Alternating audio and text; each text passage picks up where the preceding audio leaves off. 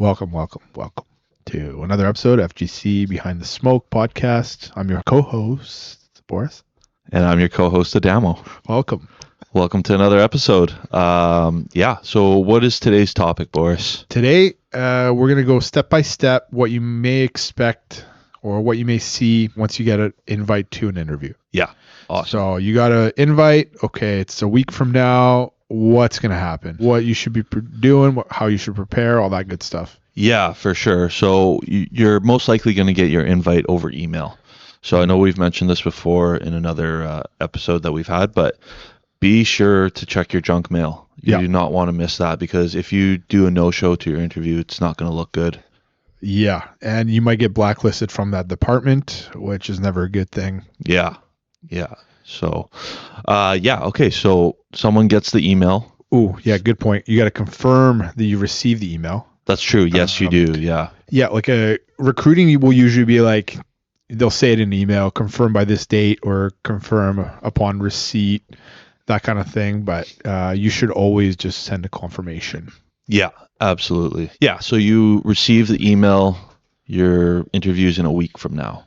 So you're going to confirm that you've received the email and that you understand when your interview date is, right?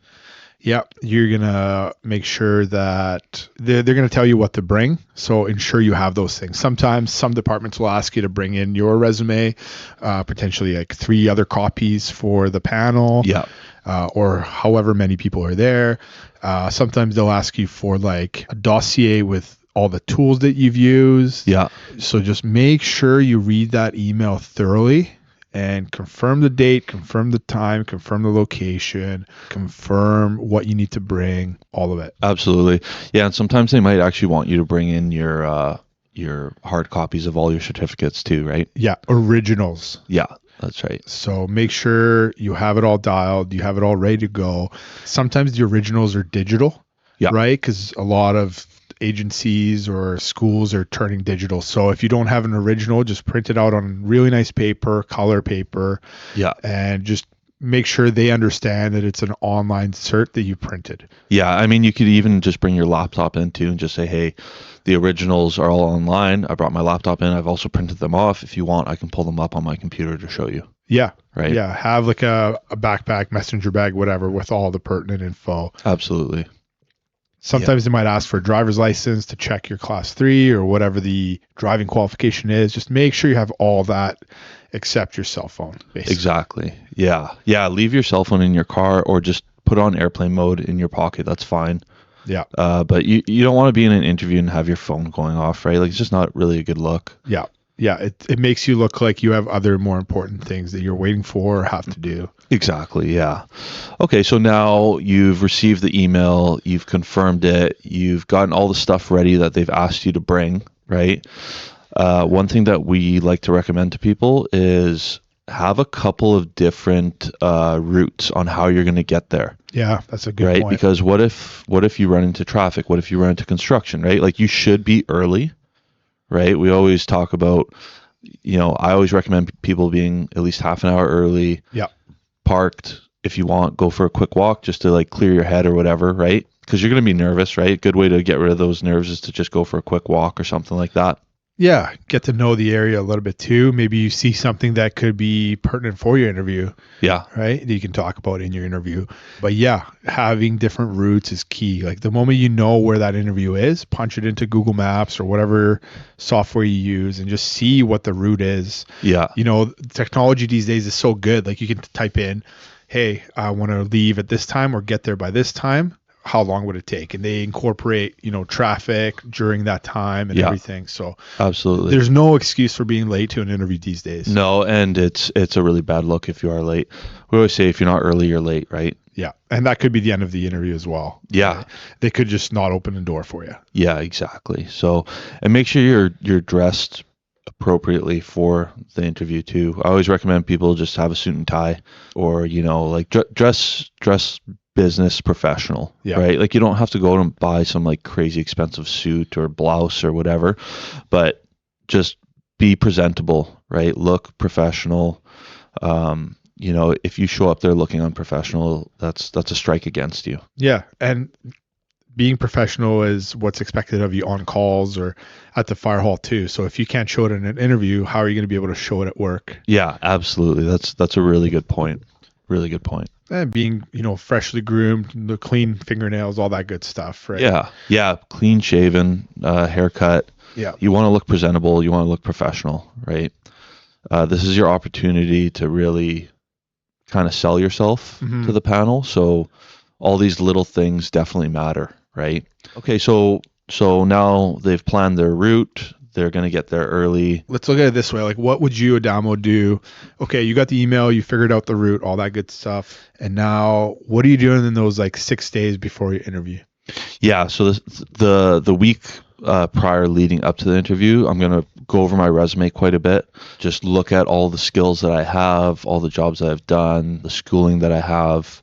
And I'm going to start thinking about potential questions that they're going to ask me and where I can pull that from. Right off of my resume, right? So different various jobs, and even think about your hobbies and stuff that you do as well, right? So I'm going to start kind of prepping for questions. I'm going to start practicing my answers, right? How I want to deliver my answers. I might get somebody to interview me, right? Hire a consultant or an interview coach to help me with that. Yeah, mock interview, which is what we do with our company, right? Yeah, and like we said before, this is pretty much it's kind of our bread and butter. It's what people mostly come to us for. Yeah, it is the most difficult part of the process for 99% of the people out there. And yeah, you want to be prepared. You want to look good. You want to look professional. You want to look like you want the job. Exactly. Yeah, and they can tell too that you've been practicing and that you're prepared for this, and you've been putting in the work, right? Yeah, that's a good point. Actually, practicing. I know some people that practice all the way up to the very last day. Yeah. And I recommend against that. I do too, yeah. Because, it's just, you come out sounding super robotic. They think that you've been practicing so much that you don't believe in what you're saying. Yeah. Right? You don't want to sound rehearsed. You definitely want your answers to be authentic. Yeah. Right? They are trying to get to know you. So if you're just reading off a script, whether that's in your head or off a piece of paper or whatever, they're gonna be like, well, this person isn't genuine. Exactly. Yeah, for sure. And so you definitely want to practice answering interview questions, right? Another good thing to do when you're practicing is actually record yourself. Yeah. While you're practicing, and then play it back. Because you'll catch yourself stuttering or mumbling or or saying all the good stuff like I've said already 4 times in this episode. Yeah, exactly. We'll see if Francesco's going to cut it out or if he's going to keep it in there for the effect, to show people what not to do. Yeah, exactly. So big shout out to Francesco, by the way. What up, Francesco? Podcast guru. Yeah, so now you've maybe hired an interview coach, you've kind of been practicing your public speaking a little bit. Yeah. So now it's the day of the interview. Like I said earlier, I always recommend people get there half an hour early, park your vehicle, go for a quick walk. How early should they actually knock on the door? Well, first of all, if your interview is 8 o'clock in the morning, 9 o'clock in the morning on a Tuesday, be ready for, that unexpected car crash, unexpected road closure. If the weather's bad, give yourself extra time. Yeah. If your interview is at 10:30, 11, maybe noon, you can expect lower traffic levels. Yeah, absolutely. So you get a little bit more of a leeway. But yeah, you want to be there, like Adamo said, that half hour early, maybe an hour early if you're in that rush hour time frame of interview. Yep. And once you get there, I like to be there half hour early, maybe 15 minutes beforehand at the door, or 10 minutes beforehand at the door, and hopefully in at the time that the scheduled time. Exactly. Yeah. Well, how do you feel about that? Yeah, no, I totally agree with you. You don't want to knock on the door an hour early or half an hour early, but if you can be there at the place of your interview, knocking on the door 10 minutes early or something like that. It also, if you show up too early, it kind of they could be also going through another interview. Yeah. Right. So you could potentially throw them off a bit too. So you don't want to do that. For sure. So now you're there 10 minutes early, you knock on the door. Yeah, a recruiter comes out, says, "Hey, thanks for coming in. We'll be a couple of minutes, and then come on in." So you're waiting there a couple of minutes, then they finally bring you in. What do you see? Well, so first off, like when they do answer the door, be sure, introduce yourself, first and last name, shake their hand, Good point. right? Just thank them for the opportunity today, right? Yep. So once they get ready, they're gonna bring you into the room where they're gonna have the interview, and like we've said before, you're probably gonna have 3 to 5 people on your panel, depending on the department and municipality and all that stuff, right? Be sure to shake all their hands, introduce yourself. Don't just go and sit down, right? Just kind of wait for them to tell you to sit down and where you're going to sit, right? Yeah, very good point. If you are good enough with the rank structure or you've studied the department, you will potentially know the ranks of the people in that room, by the stripes on their shoulders, by just, what they're wearing, that kind of thing. So it's always nice if you can respect the rank in that way too. Good morning, Captain. Good morning, Lieutenant. Thank you for having me. It just shows, it goes that little extra mile, shows that, you've learned the rank structure, you understand what they're wearing. It's attention to detail. Yeah, and absolutely. Only do it if you're sure of it. You don't want to make that quick blunder right off the bat. Yeah. But it is that extra mile that could separate you from the rest. Yeah, exactly. And a lot of the times they're going to have like a notepad and pen for you. Yeah. Depending on the department, but I think that is fairly common, as well as like a glass of water. Yeah, right. And they'll tell you, you're more than welcome to write any notes down, have a drink of water. I think most people are pretty nervous and they never write anything down. Yeah. It is a good thing to maybe just jot down some notes. Like if they ask you like a 3-part question, to maybe just write down quickly like the highlight of those 3 parts, so that way when you're answering your question, if you do start to forget what the next part of the question was, you can just quickly look down at your notes. Yeah, that's a very good point, because they are those follow-up questions or 3-part questions that it's very easy to lose your track of where you were. Yeah. And you want to be on track, because essentially being on track is what's going to give you the points to make it past that interview. Yeah, exactly. So you're there. How long is the interview going to be? Yeah, sometimes they'll tell you how long roughly it's going to be. Sometimes if you have a friend in the process or somebody else who's going with you, if yours is a 10 and theirs is a 10:30, you can probably guess that yours is roughly about 20 minutes. Yeah. Right? Because they take about a 5-10 minute buffer in between, maybe a little bit longer. Yeah. But you can kind of guess that way. You can ask previous applicants if you know anyone who's been through the process before, because rarely does a department do, 10-minute interviews one year, then an hour interview next year. Yeah, exactly. They're usually pretty consistent with how long their interviews are and roughly how many questions they're going to ask. Yeah, exactly. And if you know that, sometimes they tell you, they'll be like, it's a 15-minute interview with 3 questions. It's like, okay, so I know that I need to punch out 5 minutes per question. Yeah, exactly. And that brings up actually another thing too is, if you catch yourself like rambling on, just take a quick second, have a sip of water, right? And just try and get back on track. Yeah. Right. You don't want to just continue to ramble on and take too much time to answer one question, right? Yeah. And you're going to be able to kind of tell, depending on the structure of the interview, like sometimes the interview table is like this one we have here in the studio, where it's everyone's super close. You can look at their interview sheets. Yeah. Some are super far away. Like I like having, when I conduct interviews, having a person sit here and then the entire panel table is separate. Yeah, across from them. Yeah. So you're not going to be able to get as much input, right? Yeah, for sure. Some do round tables. It just depends. It totally depends, yeah. But one good indicator of whether you're rambling or not, if you can't catch yourself, is looking at what they're writing down. If they're not writing anything down, that means you're not giving them any pertinent information. Yeah, that's such a good point, and that's something that I tell clients too. Like you want the panel to have their head down writing.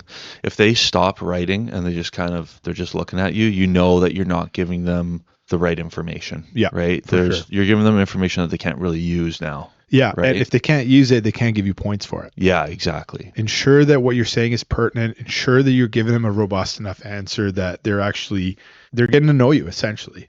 Well, and that's the thing too, right? Like you got to remember, most likely, I think with most departments, the panel is pretty welcoming. They want you to not be nervous, even though you will be, but they do a really good job of trying to make you feel a bit more comfortable because they want to get to know you. That's why you're there. Yeah, right. I think I do a terrible job of that sometimes because I'll stare at them and I'll like smile and try to, be nice, but they probably just think it looks weird and scary and Yeah, you look derail crazy. them. Yeah.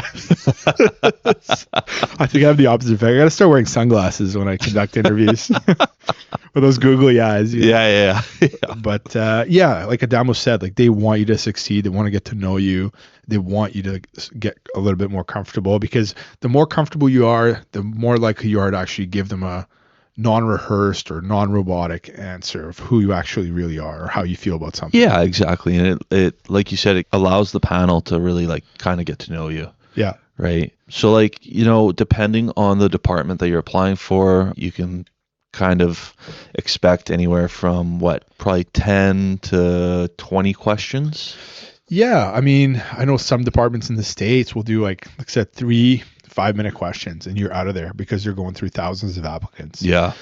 So I personally feel like the longer the interview is, the better it is for the applicant. Yeah. Because, if you screw up one question out of 10, you still get 90%. But if you screw up one question out of 3, you're down 33%. Yeah, so for sure. The longer it is, the more they get to know you, the less impactful the wrong answers are or weak answers. Yeah.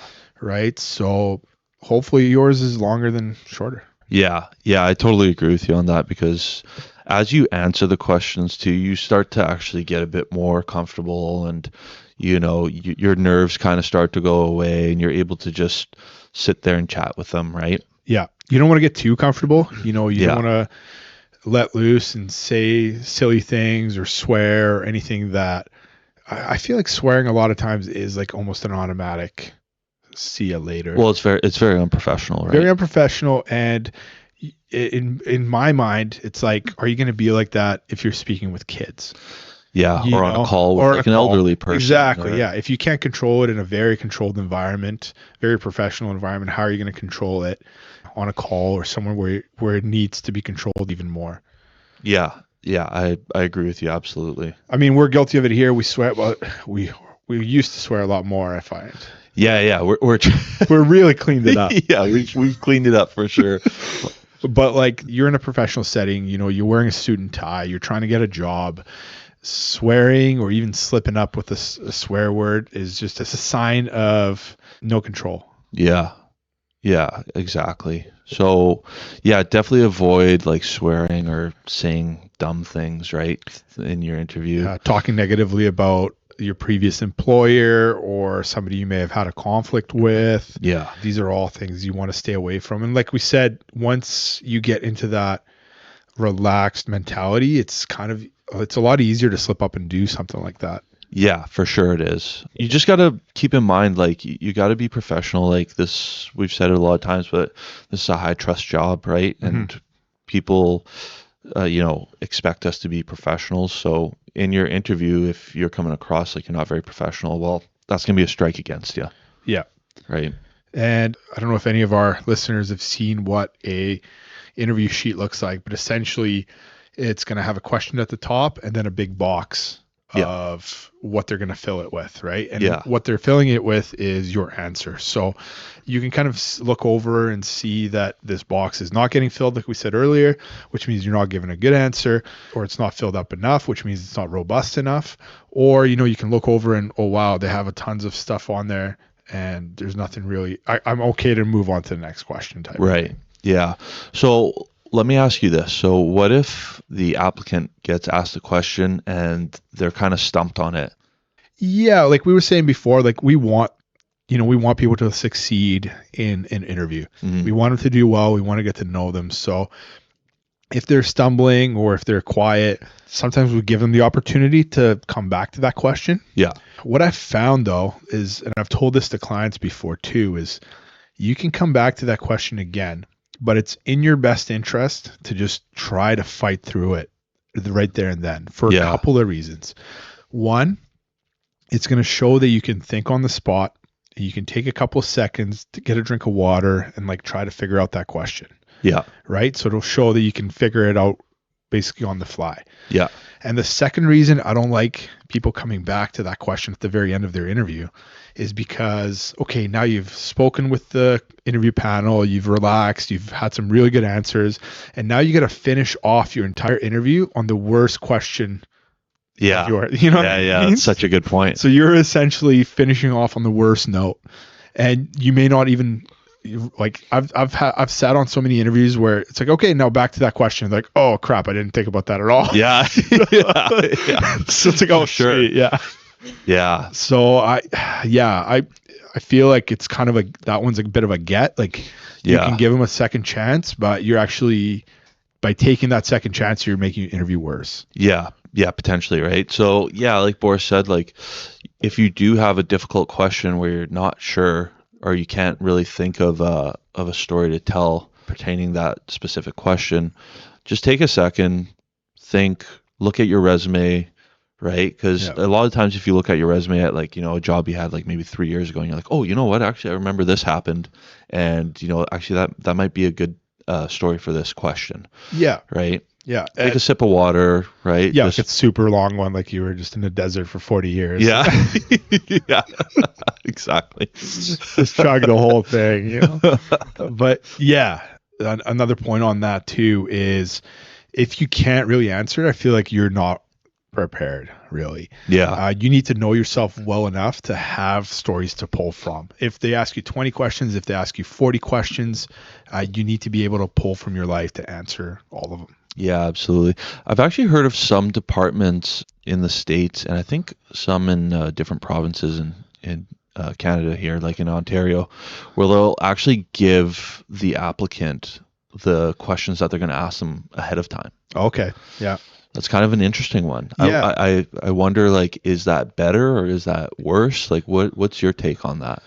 Yeah, I mean, we've said it in one of the previous episodes, or I think I mentioned it, like any monkey can have, the 100 or 120 questions that are roughly in like a firefighter question bank. Yeah. But how you answer them, how you come across, how you answer any follow-up questions from that's what's going to get you the job. Yeah, And absolutely. like when we do consulting, we don't consult applicants to trick the recruiting panel. No, exactly. Right? And we don't give you like a script. We don't tell you what to say. Yeah, exactly. We don't do that with resumes. We don't do that with interviews, cover letters. Like we just make sure that you can talk about yourself in a way to showcase your strengths, let the panel know a little bit about yourself, and be able to move on to the next step in a yeah. And also what they're asking in certain questions. I find clients are like, well, I don't really understand the question. Like I don't really understand what they're asking me here. So that's another thing that we do is like, okay, well, this is when they say this is what they mean. Like this is kind of what they're asking you. Yeah. Right. And break it down for them. For sure. Because some applicants will get hung up on a specific part of the question and trying to answer it. But it's like, well, that's not what they're looking for. Yeah. They don't care about that part. They don't care how you failed with a team. They want to know how you grew from that. Exactly. Yeah. And what you learned from that. Yeah. So just, bringing the applicant back to what's important in that question. Yeah. So, I mean, these departments that give the questions ahead of time, sure. Why not? I think how you answer it, how you present yourself, right? That's what actually matters. Yeah. So. I totally agree with you on that. Yeah. Yeah. I found it interesting because most departments that we know of, they don't give applicants the questions ahead of time, but I have heard of a few that have, and I was like, oh, that's interesting. Like, I wonder if that changes, like, I wonder if that changes anything, but I think you're totally right. Like, it's more about your delivery and your conclusion to your story, right? And how you present yourself and all that stuff, right? Yeah, and sometimes what you think is a layup for an applicant tends to be their biggest downfall. Yeah. Like I said, with coming back to a question, like that can derail someone's entire interview. Or like the question I like, and I've said this before, is why should we hire you? That should be a gimme. Like you should know why you should get hired. Yeah, and you know what? People have a lot of people have a hard time answering that question. Yeah, so it's like, okay, I want these people to succeed. I want to hear about them, but this question all of a sudden is a kryptonite to them, right? Yeah. So I feel like it's the same thing here. You can give them all these questions, but what's going to stump them is you can't be ready for what's actually going to stump these guys. Yeah. You know what I find too is like when the question tell us about yourself Yeah. is brought up, I find that people have a hard time with that one too.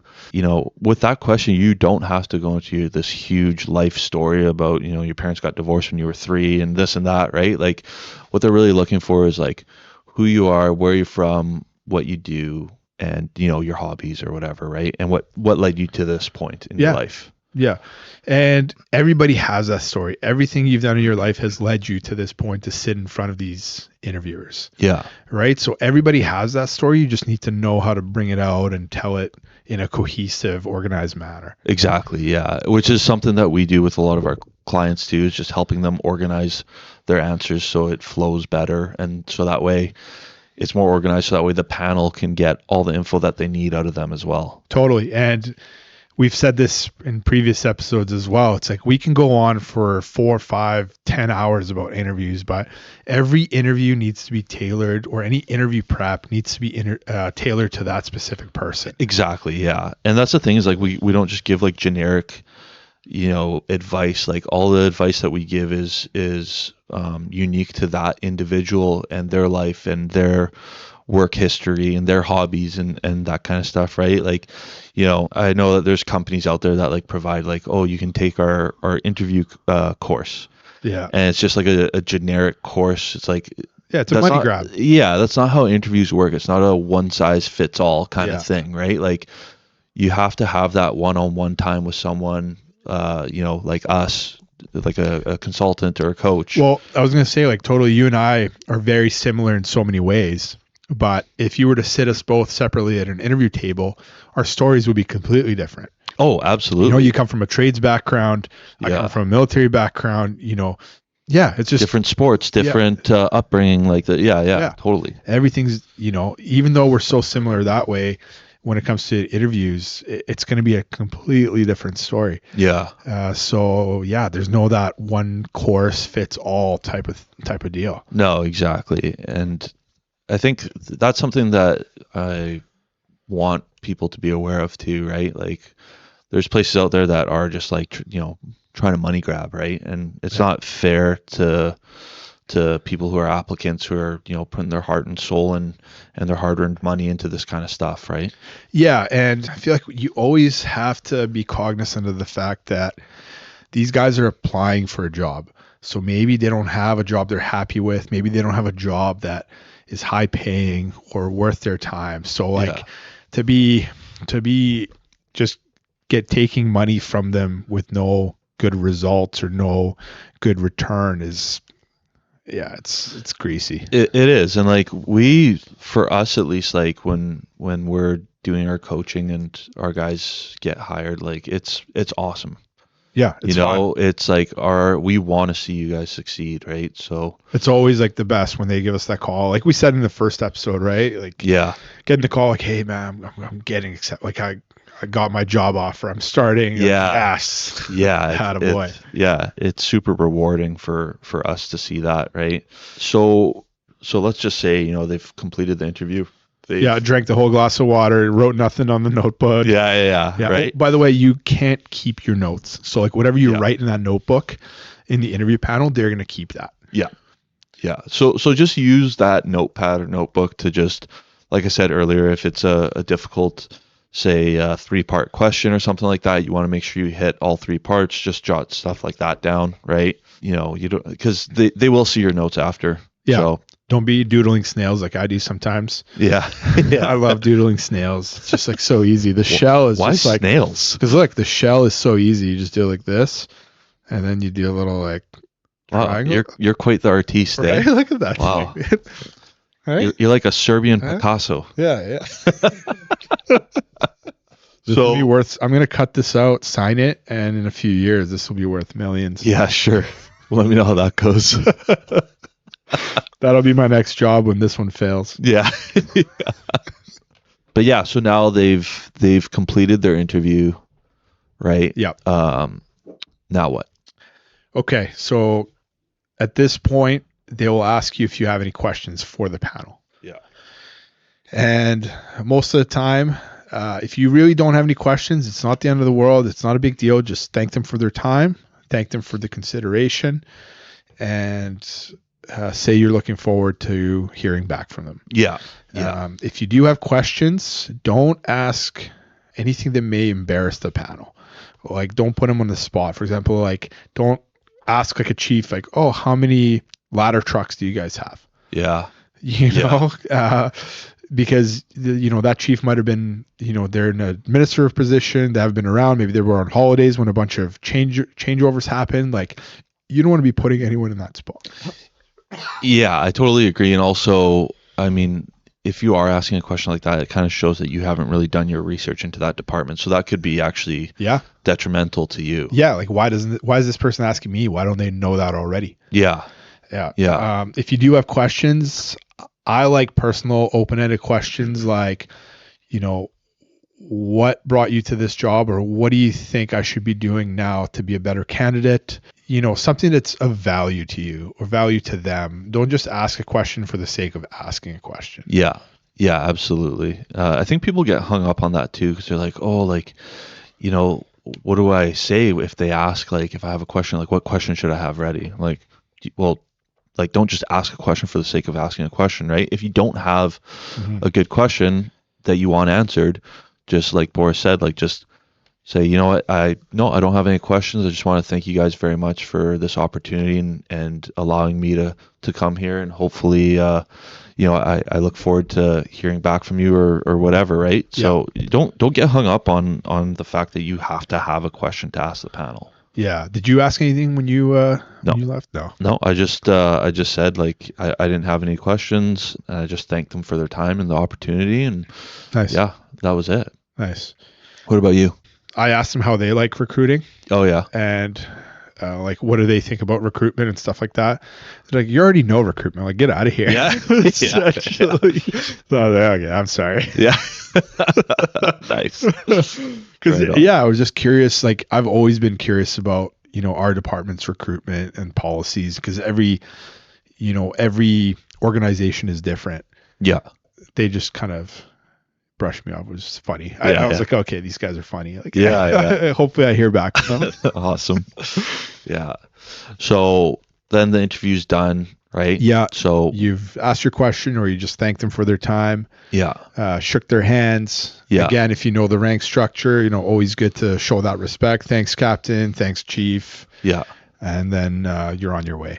Yeah, exactly. And after your interview, you're gonna kind of replay it in your head. Yeah. And it's totally normal to be like, oh man, I wanted to say this, but I totally forgot about saying this, or I should have said that, or it's that everybody does that. Totally. It happens even with us on this podcast. When we're done an episode, we're like, oh man, we should have said this. Yeah, we do that like every episode. Yeah. Like, oh, we forgot to say this. Oh man, we're so stupid. Yeah.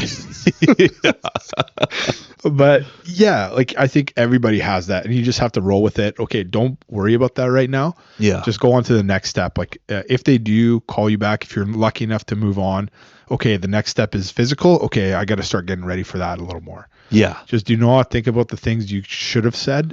It's over. Yeah, it's easy to look back in hindsight and, critique yourself, but at that point the interview is done. Like, there's nothing you can do. Yeah. Right? You just got to wait and hear back. Yeah. And okay, so you got out of there. They're still watching you, or potentially watching you. So don't like leave the place and then jaywalk or flip off a guy that cut you off. Yeah. In front of wherever the institution is. Like, you're still, from now on, or even before that, when you've decided to become a firefighter, you are held to a higher standard. Yeah, absolutely. So show that now. Yeah. Professionalism, like we talked about earlier, right? Yeah. So leave there professionally. And did you write down any of the questions after the interview? Yeah, I did. Yeah. I wrote them down just because I was like, okay, how did I answer this question, right? Like, I was critiquing myself, which isn't good, because I kind of got into my own head after, and I was like, oh man, like, I don't think I did well. Yeah. Right?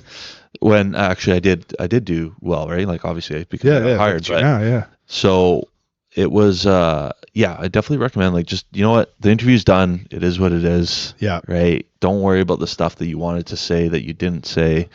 That's totally normal. It happens to everybody. Yeah. And if you're going to write down the questions, it's good because if you want to help somebody out with it, you could potentially help someone, a friend of yours or something like that, right? But yeah, sometimes they also do change the questions between interviews and stuff, right? yeah, or they do follow-ups, or they want to prod more about some of the red flags you might have showcased, so they might totally deter the question to something else. And yeah, it's just good for your own sake to write it down, so if you are unsuccessful and you have to reapply to another department, at least you can kind of look back at the questions you were asked. You can kind of figure out where you went wrong. Yeah. And just go from there and be better for the next one. Yeah, that's good advice for sure. That's really good advice. And so typically, like, how long do you figure the panel waits before they get in touch with someone, whether they were successful or not?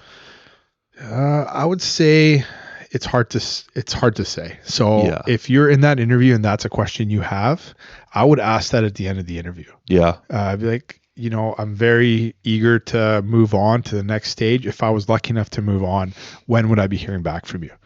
Yeah. And sometimes, because it varies, sometimes they'll be like, well, we really need people, so we're going to try to get everybody in for the next class, which is in a couple of weeks. So we're going to tell you Monday. Yeah. Right. Or, we're just building up you're one of the first interviews we've conducted, so maybe in a month or so. Yeah. I say if you're interested, ask them. It's a totally valid question. Yeah, for sure. And it just gives you a little bit more information about the process. Yeah, absolutely. Hopefully you move on to the next step from there. Yeah, and if you don't, it's a good opportunity to kind of learn from it too, right? Mm-hmm. And then you can be like, okay, you know what? Maybe interviews aren't my strongest thing. So, maybe I should hire a coach or whatever the case might be, right? Yeah. And if you find yourself you're always failing at the interviews, then it's the interview that's an issue. Yeah. If you're failing sporadically throughout the whole process or different processes, it might be amalgamation of things. Yeah. So you really have to dig deep when you fail, or if you fail, and see where you went wrong, which I think is difficult sometimes because you don't get to see your test scores after a written. Yeah. Physical, if you think you passed but you failed, it's very difficult to determine. Yeah. Right. And if you do get any kind of feedback on the interview panel is very limited to what they can say to you because they don't want to be open to litigation or any of that stuff, right? Yeah. So even when you do get feedback, it is not going to be robust feedback that you could potentially use to work on. Yeah, for sure. It would probably be fairly vague. Yeah, right? Generic, and we just thought this wasn't sufficient, and see you later. Yeah, because they don't really. The interview panel doesn't owe you any kind of explanation. No, for sure. Yeah. So it is tough. And that's what we say too. It's competitive. It's tough to get in. And if you do fail, it's tough to know where you got to improve. Yeah. Yeah, absolutely. Yeah. Hopefully this helps. Yeah, I think this will be a very helpful episode to a lot of people out there. So. Oh, you duds out there. We'll edit that one out. Oh, come on. I love you all. You know that. Yeah. Hey, everyone. We just wanted to take a moment quickly to thank our sponsors. Our first sponsor is CanCon Construction. CanCon is located in Abbotsford, BC. CanCon specializes in heavy machinery for construction sites, such as backhoes, excavators, and so on. If you're looking to gain experience, or if you already have experience as an equipment operator and you're looking for a new place to work, we highly suggest CanCon Construction. They're one of the best in the business, and they treat their employees like gold. So check them out. You can look at their website at canconconstruction.com. The next sponsor we'd like to thank is Strike Recovery and Performance. Strike is located in Burnaby, BC. They provide physio, chiropractor, and RMTs. I've been personally going to Strike for a few years now, so it's really awesome that they've decided to sponsor our podcast. I've gone to other chiros and physios before, and nothing compares to Strike. Their head chiropractor was actually a chiropractor for the UFC for quite a while, so they have a lot of experience dealing with professional athletes. And as firefighters, you have the potential of getting injured, and they're the people to go see. Yeah, thanks for listening, everyone. If you have any questions for us, feel free to email them to info@firefightersglobal.com. Follow us on social media at firefightersglobal.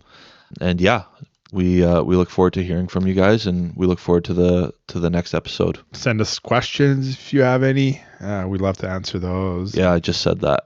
Did you? It sounds like 5 minutes of my last mic should just be cut off. Thanks, everybody. Until next time, guys. Take care. Bye.